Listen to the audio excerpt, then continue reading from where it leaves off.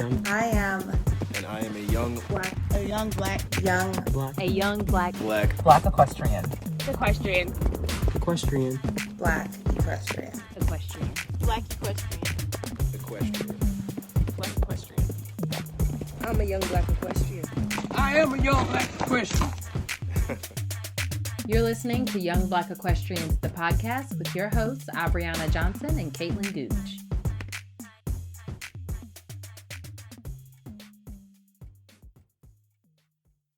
Today we are here with Michelle Rosemond. She's going to talk to us about her experience in the horse industry, as well as give us some natural hair tips as we make the second portion of our hair and helmet kind of video series. Yeah, that's the word I was looking for. So welcome to the show, Michelle.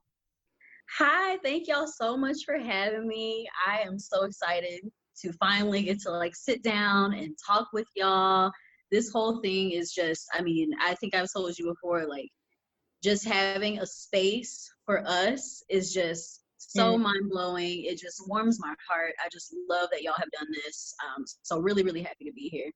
Oh, thank you so much. And I was just telling Michelle, she has been supporter from the beginning. I don't even remember at what point, but I always commenting, sharing this stuff, always. I always see Michelle Rosemond, share this, Michelle that. And so it's so important. The support is there, and we are so thankful for it, because we know that not everybody does, or they'll support us with lip service and not with actual actions, engagement, and things. So thank you so much for that. Of course. So let's go ahead and get started. If you want to just tell us about yourself and where you're located and what discipline you ride. Okay, so I am in Houston, Texas. So I have been riding for a really long time. I started out, I guess my discipline technically was trail riding / endurance. I ride out here in Cypress Trails in Houston, Texas. If you are familiar with any type of endurance riding, you know who Darylyn Butler is. Darylyn Butler is the owner of the barn that I ride at, and she is wonderful. I did some endurance racing with her, mostly doing trail rides, and I did some training with her as far as getting some horses ready for trail, that type of thing. Now I am transitioning into dressage, which is a huge challenge, and I've always wanted to do it. So I'm doing dressage now under my new trainer, Horse of Course Stables in Conroe. My trainer is Alexa Cap, so she's wonderful. So that's what I'm up to now. Nice. I bet. We've talked about this, I have endurance goals, man, but I need time. Okay. It takes a lot of time. The funnest thing. It really is so fun. It's such a challenge, but once you complete that race, I've only done a 30-mile race. So I've only done just the tip of the iceberg. I have friends that have done hundreds, and Darylyn's done millions of hundreds and things like that. So I haven't even gotten into the real endurance stuff, but even just doing that 30, the accomplishment, just the feeling of accomplishment that you get from that is out of this world. So it's a great sport. Yeah. I have tracked our fun trail rides we do on the weekends. And I think the longest one that we've done is 6.5 miles. Nothing compared to, but it is, hard riding. I feel the difference, which I'm not 100% sure, but some endurance riding is it's, the trail is meant for that. Not just going through the woods because somebody decided to go around this side of the tree and then we could just go up this big hill. It's kind of different from our kind of trail riding, which is challenge riding sometimes. And mostly in endurance, especially with the races now, the races are mostly held in the same spots every year. So there are dedicated trails for that kind of stuff. And before the races come up, they're trimming back hedges, they're moving logs and things like that. Not all of them. So some of them do have where if there's a log there, you better jump it. Like, Jump it. Yeah. you know, do what you got to do. And if there are branches, just move a mile away. But for the most part, it's pretty clear. And you just, you know, you just keep going. You just do what you got to do. Get through it. Yeah. What kind of horses are you riding? Oh my goodness. So I am in love with Arabian horses, and that is totally Endurance's fault. I love those hot-blooded, just feisty, spirited horses. I love, love, love them. And I got really lucky because Alexa at Horse of Course, she has an Arabian at her barn. It's so funny. She's bred to the T. She has a wonderful bloodlines, but she is such a potato. She's an Arab, but she's just not what I'm used to. But I love their movement. I love their faces. I love their personalities. But I do have one favorite horse at the trail riding barn, and his name's Crow. He is a Tennessee Walker, so just came out of left field. Yes, I know everybody. Yes. So yes. I need to do a poll. I need to do a poll. How many people have walking horses? Yes. And let me tell you, we're around family, so I feel like I can tell you this.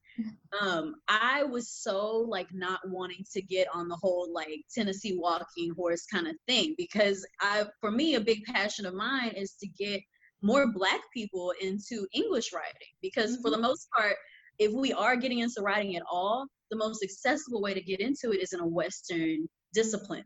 Yeah. In a lot of Western disciplines, there's a lot of gaited horses, a lot of walkers, things like that. So I was like, no, I'm not going to like this horse. No, I want to stick with my Arabs, and I just really want to do my English thing. But this horse just came out of left field, fell head over heels in love with him, couldn't help it. And that's my baby. So maybe one day I'll purchase him, but, you know, still waiting to figure things out.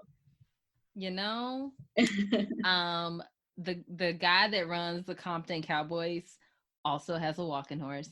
Yep. Just saying. Fun facts. But I feel you. Yeah. I feel you on that though. Like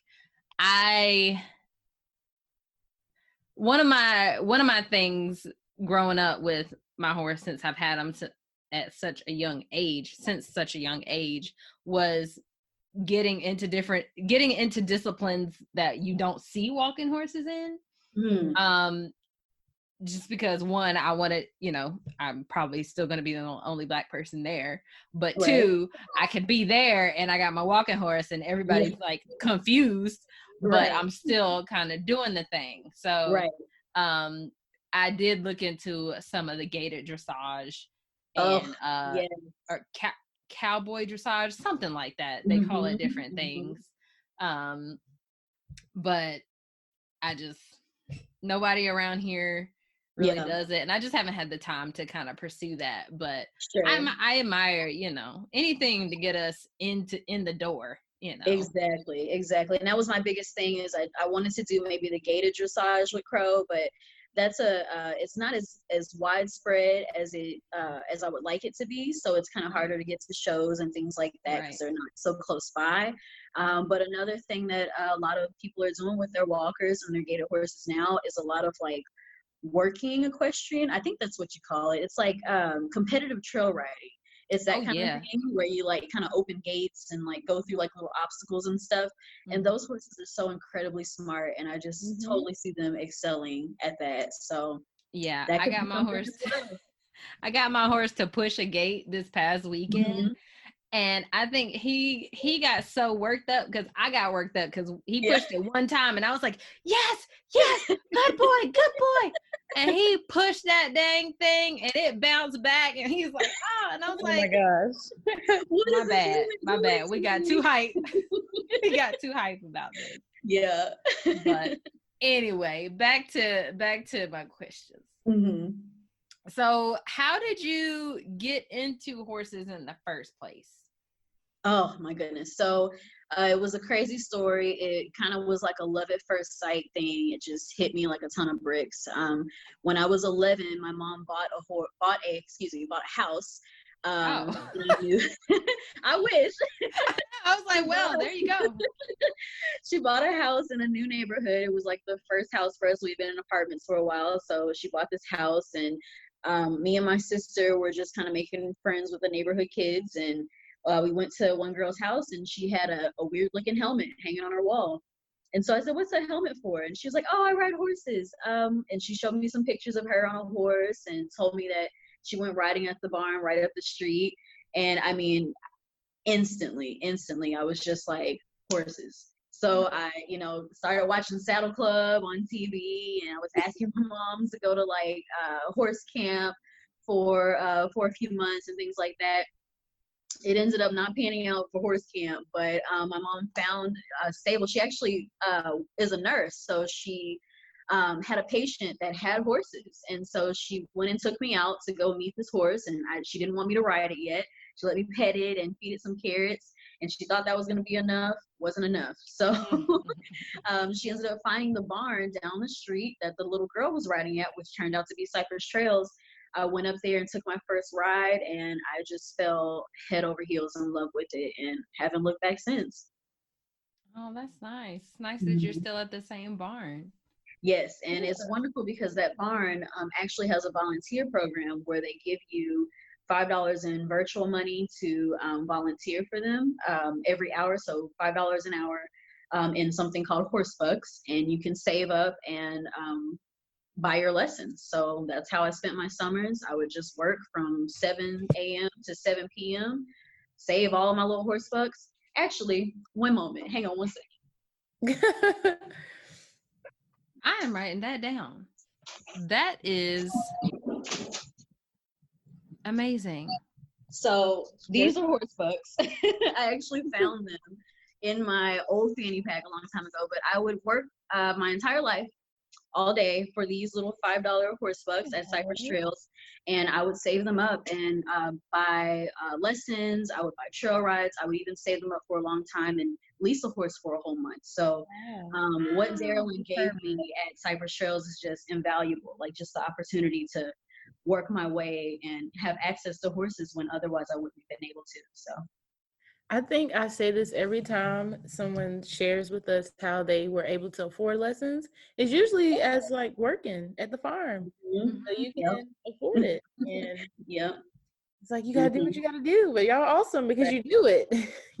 Absolutely. I mean, I would ride my bike up there. Would be a 30-minute bike ride, but I would ride my bike up there, feed the horses at 7, feed them again at 7 p.m. and ride back home. So. But it just helped me a lot. It was invaluable. So yeah, that is such a cool method.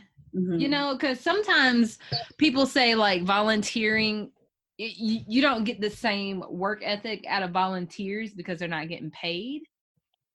Oh, I completely disagree. Well, yeah, well, if it's a system like this where they are still earning something outside of just like the experience, I think that's like the turning point right there. Like you still get them working towards a goal, like it's tangible, they can see it, right? And then they benefit from it. They get a lesson, they get leads, like And really what Darylyn was doing was really investing in us, because once I came of age, I did go back and work for actual money, but I was a trained employee at that point. I had put in my hours, I put in my time, and now I was a valuable employee. So she really invested in me. And the investment came back because I was able to work for her. That's awesome. I wrote that on my sticky notes because I don't think I've ever heard of anything like that. Yeah, it was great. So what are some of the challenges that you have faced in your journey in the horse world? So I mean, I feel like I have faced a certain level of discrimination. I have been one of those grooms, wranglers that has had the knowledge but not been given the opportunity before, just because of how I look or that I may not have the same ideologies. I'm very in the way I present myself, and I do this on purpose. Everywhere that I go, I am very pro-Black, and I do that for a reason, because I don't feel like I should have to cover anything up of myself. I don't feel like I should have to be conform to anything to get opportunities. So I make that a habit of mine to make sure that I there's a way that you speak to me, you come correct, and and that's what it is. So I feel like because of that, because I have been so vocal about being pro-Black and things like that, I haven't had as many opportunities as other Black people that may not have been that may have been more willing to change their convictions. So yeah, so there have been moments and times where I've been passed over for certain things, or I may have been looked at a different way. But I really feel like when you have the knowledge, it's just undeniable. You know what I mean? It's kind of something where when you have it, you have it, and whether other people are going to appreciate it or not, you know, that's kind of their problem. But there will be somebody out there that will appreciate the knowledge that you bring and what you bring to the table. Yeah. I love how you said pro-Black, because it's like, why can't we just, you know, just be that without there having to be that title? Like, that's just a part of who you are, because you're proud of who you are and your background. And then it reminded me of a tweet I read earlier. This guy has said, oh, there's another Black person working in his office. And then he was like, we had a conversation. And then he said, I'm still the only Black person working here. And that, listen, I have felt that before. Even being at the bottom where there are other Black people, I've still been the only Black girl. And you know, sometimes it comes across as being a B word or being aggressive or something like that. But no, it's just really me being myself and just standing for what I stand for. And there's a certain line that you can cross with me, and there's other ones that you cannot. So, you know, when you, I think that it's really important for Black people to kind of posture themselves in that way, where it's not necessarily aggressive, but we are who we are, and we are, you know, filling this space. We're in this space, and we need to be appreciated for who we are as Black people. Yeah, I agree with that 100%. I experienced that in the workplace, and I haven't really had that like around horses per se, simply because like I'm not, like if I go to a show, I'm not there, like I don't have a trainer, you know, I'm just doing it on my own. So so that my interactions with people are very limited. Like I'll go show and then I go back to my trailer, like that's it. But at the trail rides and stuff, it's funny because I feel like it's like the opposite for me. And I don't know if it's like the way that I talk or whatever, because I can see people like change around me a little bit. Like, oh yeah, you know, and I'm like, what? Like, I can't help that I pronounce all my words. Do you know who my mama is? Like, she definitely Black, and I still gotta pronounce all my words. So I feel you on that, and I think it's just having the integrity of knowing who you are and being comfortable, like in your own skin. Like it is what it is. Yeah, absolutely. And it's, you know, I have had instances where I have been like, I feel like one of the instances that I had at the endurance race that I went to was definitely targeted because I was a Black person. And it definitely hurt my standings in that race. But it's hard because it's like, there's no way to really prove that, you know, but I do feel like there are times where I have been racially profiled and things like that. But I mean, at the end of the day, I just feel like it's kind of like we do have to work twice as hard, you know, and it's not fair, but horses are what I love. So I do what I can. Yeah. Insert that tweet you sent me today. Yeah, I was just thinking that. It was, wasn't that Omarosa? Girl, I don't know who that was. I think it was Omarosa because I saw the other tweets, but she was saying she was being interviewed by a white woman and was like, yeah, you can walk in this space and be mediocre and you would still get accolades, but I have to be twice as good to you know, just gain entry, you know. Exactly. And the crowd was like, ooh. I'm like, right. And they were no, like she was not trying to slay her. She was just saying the truth. And that's the truth. That's the absolute truth. And so, you know, there are different ways that Black people choose to approach that, and some conform. I know a guy that he is a completely different type of Black person. He's got a whole new accent and everything else because he's working with horses, and it appeals to white people when he acts that way.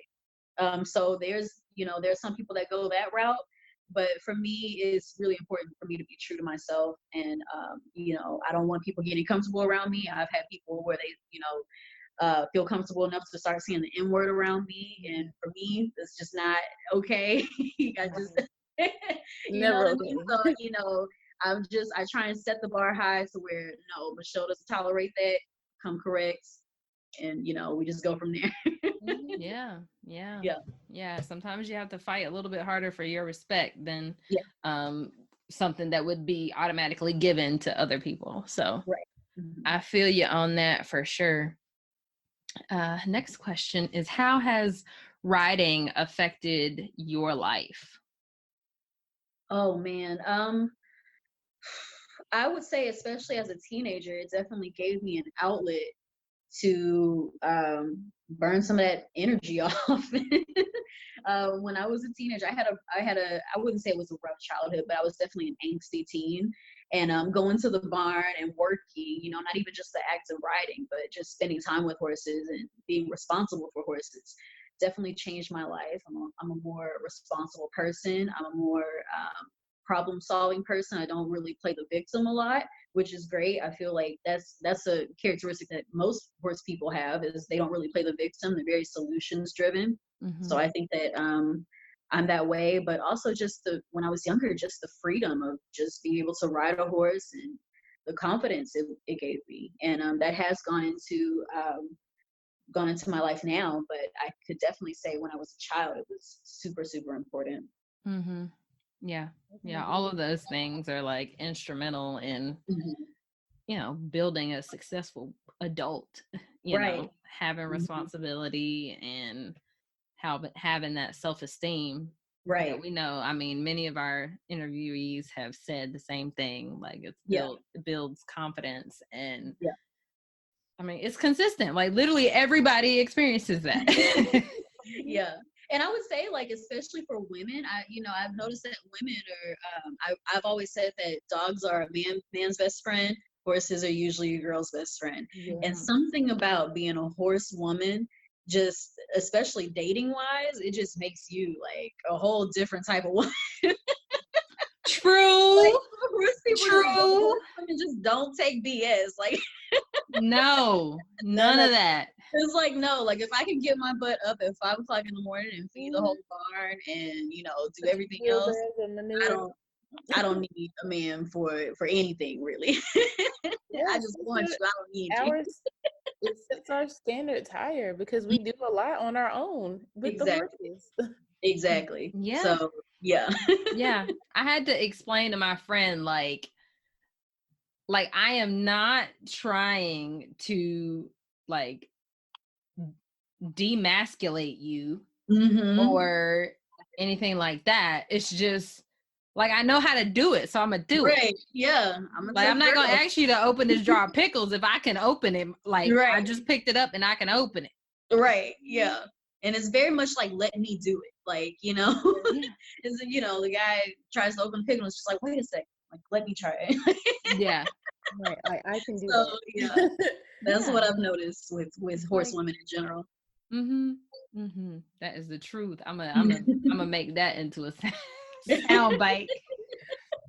It's the truth. Your mom thought this love for horses was gonna go away with a few pets. Tell her she better be glad you stuck with it. She is. She's so glad. And I mean, honestly, Darylyn is like my second mom. So she really, Darylyn helped raise me. So she's so grateful for just the community. They say it takes a village, and that was my community. So absolutely, I think she's very happy with how it turned out. Because I was a handful. So, is your mom still in Houston? She's still in Houston, still in the same house. Oh, cool. I think all my parents live in the same house that we grew up in. Yeah. Yeah. Yeah. I'm grateful for that because the barn is still 5 minutes away. So every time I see her, I go to the barn. Yeah. Does your sister catch the bug at all? No, and I tried so hard. She she went riding once when I was really young, and I think she was like allergic, and so so she hated it. And then she went back. I took her back for her birthday, and she had a good time. She fell off, but she had a good time, and she hasn't come back since. So I don't think it's not adding up in her favor. Yeah, Yeah. no. I don't think it's her thing. So. No, and that's okay. Yeah. That's okay. Everybody's got their own thing. Mhm. Yeah. So, what advice would you give to aspiring equestrians? Get out there. You have to find a place that's going to work for you, and you have to work hard. So it's if you don't have the money, if you're not, you know, someone that has the money for taking a lesson every week, or, you know, just paying for a horse in general, then just understand that you're going to have to work hard.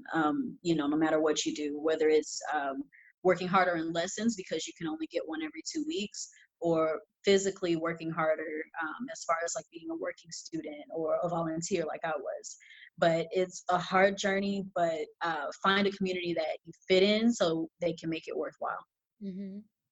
Yeah. Sound advice for sure.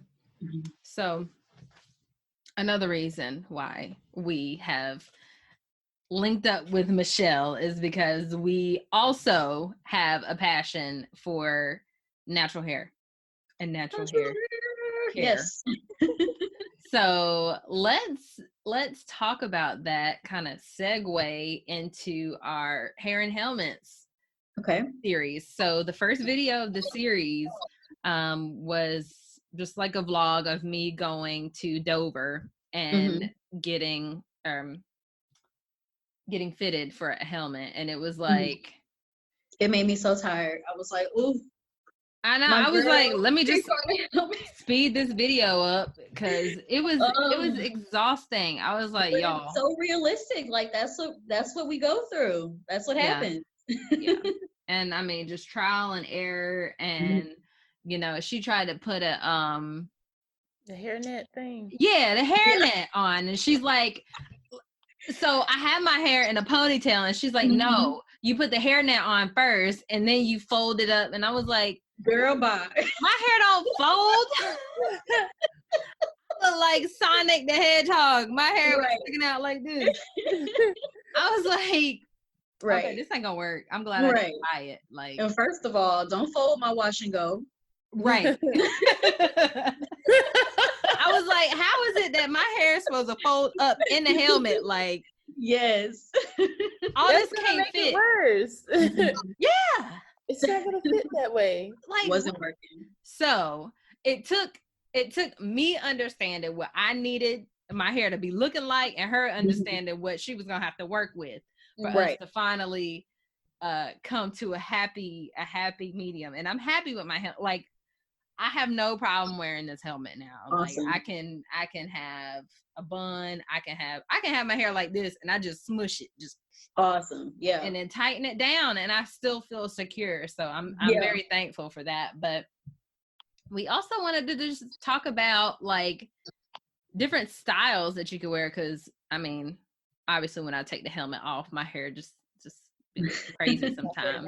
Yeah. But like, what are some of the styles that you usually wear when you are going riding? Well, this is definitely one of them. I live in this hairstyle. It's literally just like a flat twist, and then it's like a little fold over bun. It's not even like a fancy one. It's just a little fold over bun back there. But I live in this hairstyle because, like you said, sometimes when we have our hair loose, it looks really pretty, and it may even fit in the helmet. But once we take it off, it's a whole different story. So this one kind of stays put. I don't really have to worry about the flat twist too much. The bun is simple, so if it does get like smushed, I just take it down real quick, fluff it out, redo it. So I live in this hairstyle. I'm always like this. Yeah. And I used to too, honestly. And I usually, for my week, I'll just do like single 2 strands for like 2 or 3 days. Yeah. And then take it out and just do a twist out for however many days. This one's really old. Like, I need to probably wash it today. Well, thanks. Oh my God. I went to do a reading today to some kids and I held the book up and I was like, it's Cowgirl Cameron and the Crazy Hair Day. And the little boy was like, that girl looked just like you. And Oh I my was like, gosh.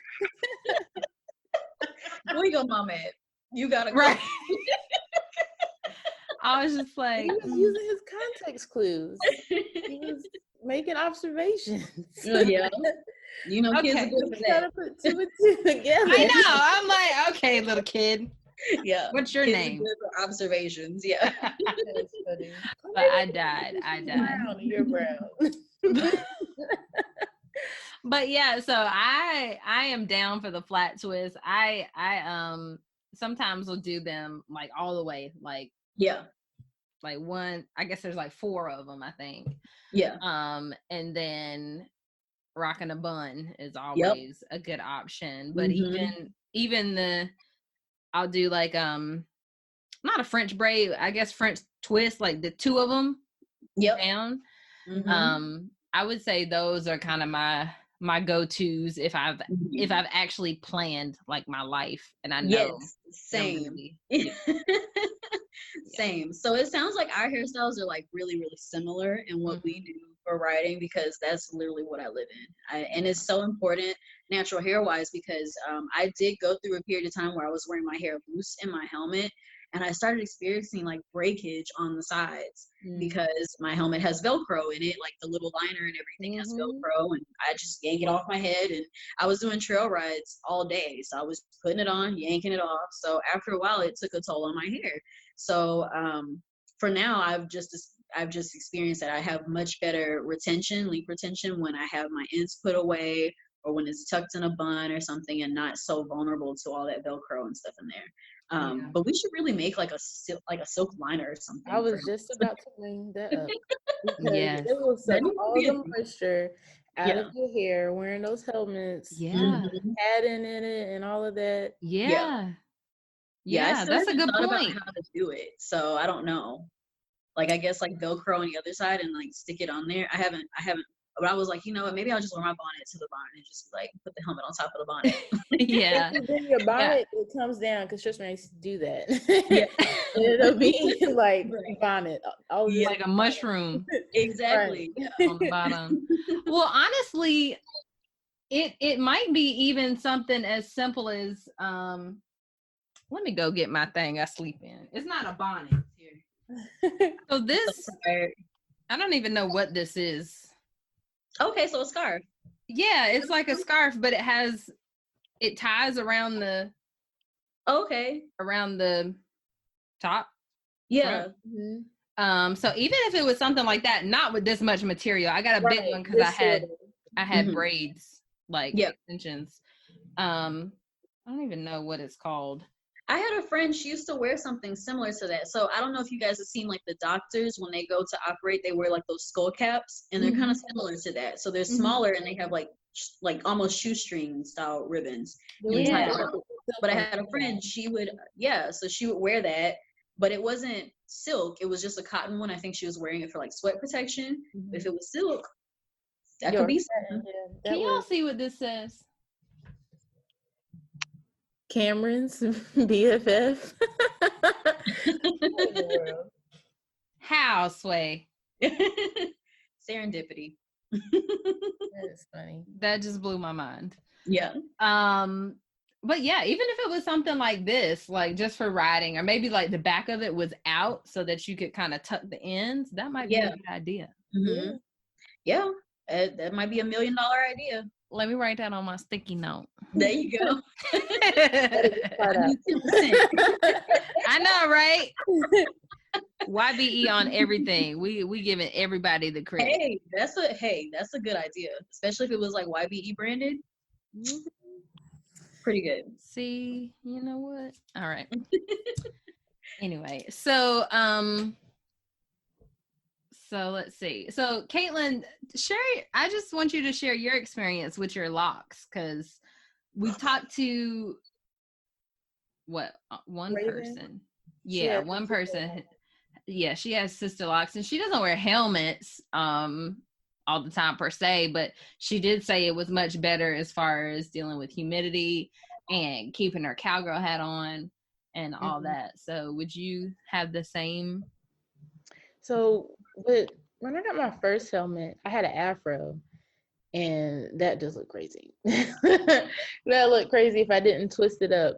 So when I transitioned to locks, you know how in the beginning they're kind of really thin. So it was just like I just put it on. It didn't really matter. But now they're thicker. They're like much, much thicker. So when I put my helmet on, which I probably need to get a new one, it's really tight. And I just had to put my hair in like a low ponytail. Because if I just let it hang, it looks crazy. Like all the locks are just sticking out like that. Because it's so tight here, and then the locks are just like this. Yeah. So I have the thing like you have, Aubriana, that you can screw it to tighten it in the back. Yes. And I had to use that part. But yeah, there's not like a style that I can do, because I feel like if I put barrel twist in it or something, It'll be too thick. Yeah. Thick. So just a low ponytail or let it hang down, but that looks crazy if I just let it hang down. So that's interesting. You have a similar dial on your helmet as I do, and it helps so much. I think you'll see it in the video. I have a little dial on the back of my helmet as well, and I love that because I stick my bun, and then I put the dial part around my neck here, and it makes it nice and tight. It doesn't wobble around. So, and that's helped because sometimes when I do have like braids or things like that, I don't need it so tight, so I can just let it out. So that's been helpful as well. Yeah, and that was one of the things I found out when looking for the helmets. Like I had a Tipperary, and I was like, "Ooh, that's fancy." And it fit, like I could put it on my head, but it wasn't comfortable. It was a little tight, like right here. And by that time, I'm like, I feel like I'm about to pass out. Like whatever this pressure point is like hurting. But having that flexibility of the adjustable back, whether it be Troxel or whatever brand, I think is more helpful. Say somebody else wants to ride and you want them to wear a helmet also, you don't have just one size, because one size doesn't fit all. Right. But I like the point that y'all made about the foam drying your hair out, because that's what it is it's supposed to wick the moisture. But two, making sure that you have enough in there, so that the Velcro doesn't start snagging your hair. Because I've made that mistake also, like the way that the helmet was at the very top of it, like I felt like my head wasn't getting to the very top, so I just ignored the fact that there was no Velcro, and that thing snags so much. So need for. That's something else I wonder, because say if I were still riding, if I still had my afro and then I were to put that on my helmet, my afro between my actual head, my skull, and then the afro and then the helmet, there's like all that space that's right there. You know what I mean? And I'm just like, did they think about anybody else? Right. Did they test these with dummies that have hair? Yeah. Hair. And I think it's about like the shape of the helmet, which I didn't realize there was two shapes. There's like a circular shape and the oval shape. And then there's like depth to it, whether it's really deep and you can kind of sit it down and it goes all the way to the back of your neck. Not that low, but like right here. Or if it's like an egg cut the long way, like shallow and just a circle, and it's just supposed to sit, and then it's all the way up here. Right. So I think it also depends on the type of helmet, because the one I have now, like I when I smush it down, I can feel it on the back of my head. Like I don't have that much space. Like you were mentioning, like a cone helmet, but it's snug. Like it doesn't hurt, but I can feel it all the way around. I definitely think the burden lies on the consumer. You have to make sure that you have a properly fitting helmet. If there's a lot of space in there, the people at state line tack or whatever, they'll help you, but really the burden is on yourself. You have to make sure that you have something that's fitting good, and when you go in to try on a helmet, try it on in a hairstyle that you're probably going to be riding in. So I think that's the biggest thing. Yeah, for sure. Guys with short hair don't have these issues. I know, right? Men don't have half the issues that women do. Yeah. Golly. Their biggest issue is, oh my God, I gotta wear breeches. Right. Oh yeah. Like, come on now. But anywho, all right, Michelle, is there any other gems you would like to share with the YBE community? I know we're gonna have you on again, but anything you can think of that you would want to share to the people? Yeah, so I was just thinking about the liners as well, and I have a Troxel helmet. My Troxel helmet has something called a flip fold liner that really helps out a lot as well. It's kind of shaped like a rectangle, and if you need something that's a little closer fitting, you just fold down the rectangle and it'll be more fabric, so it's snugger on the sides. If you need something not as snug, you just unfold it and it's looser. So even finding different helmet liners can definitely help with fit. And you can buy those separately, right? You can buy those separately. So let's say if you have a Tipperary helmet, but you can't make it fit. I don't know if Tipperary has different liners or anything like that have flip fold or any type of features like that, but you can get a Troxel liner, and it has flip fold. Yeah, that's a good point. Awesome. Well, I think the next time we'll have you on, we'll talk about like actual hair care, as far as, moisture and conditioning and all that, because I feel like a lot of times we horse people, period, neglect ourselves when it comes to our horses. So true. So in the name of self-care, we'll chat a little bit more about, maintaining and, length retention, stuff like that, stuff people care about. So, all right. Well, thank you so much for talking to us today and taking time out of your day to chat. Yes, thank y'all so much for having me. I appreciate it so much.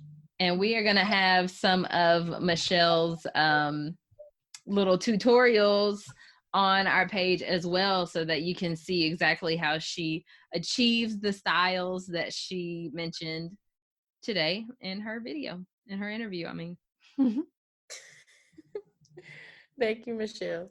Yes, thank you guys so much for having me. Thank you for tuning in to another episode of Young Black Equestrians. Head over to our YouTube channel under the Lifestyle playlist and check out Michelle's natural hair videos for styles to wear when wearing a helmet. Be sure to subscribe to our channel and leave a comment. Let us know what you think. What kind of styles do you wear when you wear a helmet? See you guys next week.